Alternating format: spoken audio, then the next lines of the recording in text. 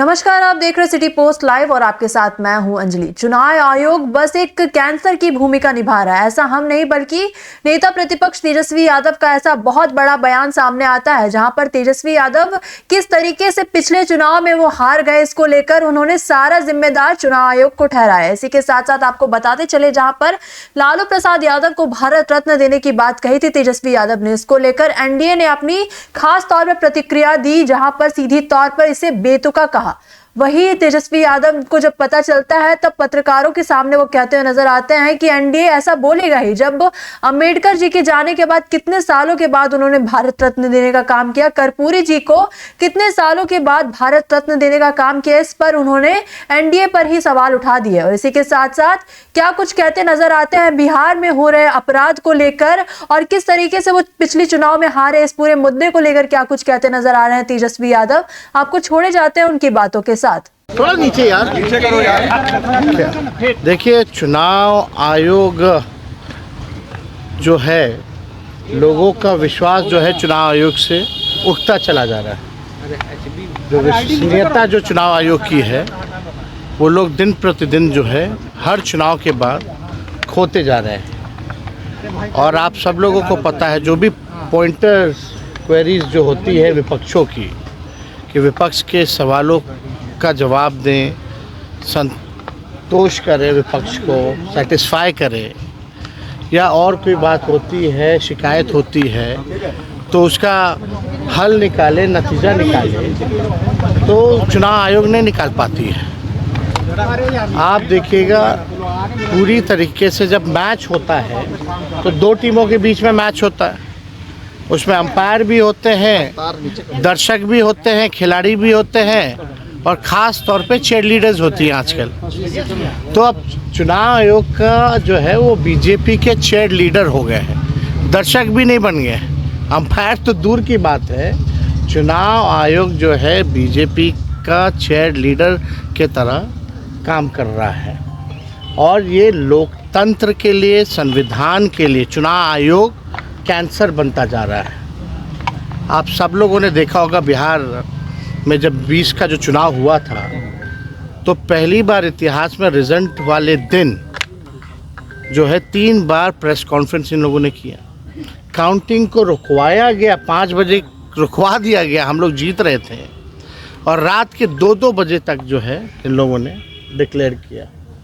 जो कई सीटों पर बेईमानी हुई, हमारे कई जो जीते हुए प्रत्याशी थे वो कोर्ट भी गए, एविडेंस भी उन लोगों ने पेश किया, लेकिन चुनाव आयोग को कोई लेना देना इस बात का नहीं रह गया।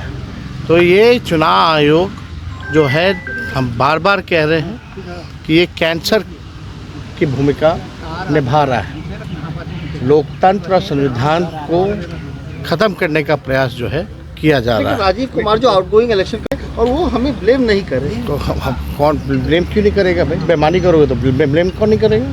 करेंगे, एकदम करेंगे। आप उसका तार्किक जवाब दीजिए। जो पॉइंटर क्वेरीज होती है उसका पॉइंट टू पॉइंट जवाब दीजिए।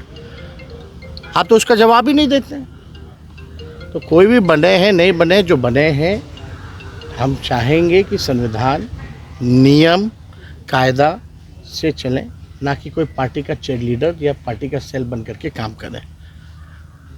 तो ये काम होना चाहिए पटना में। और जब हम लोगों की सरकार कभी भी जब बनेगी केंद्र में, तो हम लोग जीतने के बाद जो है ईवीएम को खत्म करेंगे। आपके बयान पर नित्यानंद राय ने कहा है कि लालू जी को भारत रत्न क्यों दिया जाए, जंगल राज के लिए दिया जाए। यही बात, यही बीजेपी की यही तो मानसिकता है। उस समय कर्पूरी जी जब जीवित थे तो ये लोग गाली देते थे। अंबेडकर जी को इन लोगों ने जो है गाली देने का काम किया, कर्पूरी जी को गाली देने का काम किया। इनको अभी नहीं ना बुझाएगा। जो भी महापुरुष हैं, चाहे अंबेडकर जी के निधन के बाद कितने साल बाद भारत रत्न मिला, कर्पूरी जी के निधन के बाद कितने साल बाद भारत रत्न कर्पूरी जी को मिला।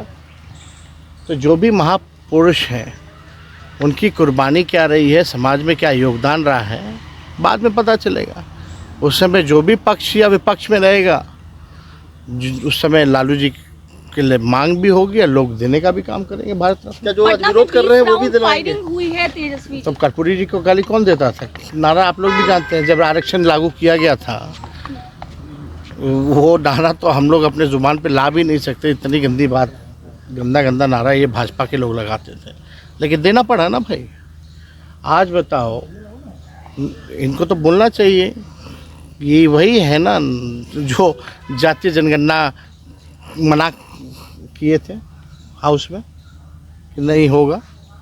वो लोग क्या बात करेंगे, क्या इन लोगों को कर्पूरी जी की बात को पता है।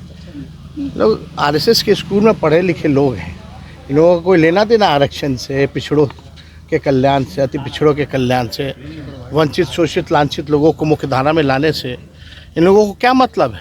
इन लोगों को अपना टीटीएम करना है।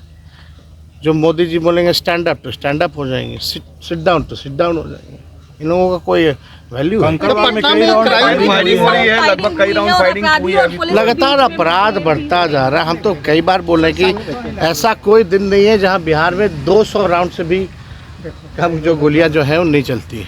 प्रतिदिन जो है पटना में हर जगह अपहरण हो, कई जगह आप देखिए थानाओं में हिरासत में लोगों की पिटाई होती है, मौतें होती हैं, उसका कोई जवाब नहीं दे पाता। तो ये क्रिमिनल डिसऑर्डर हो गया है लॉ एंड ऑर्डर का।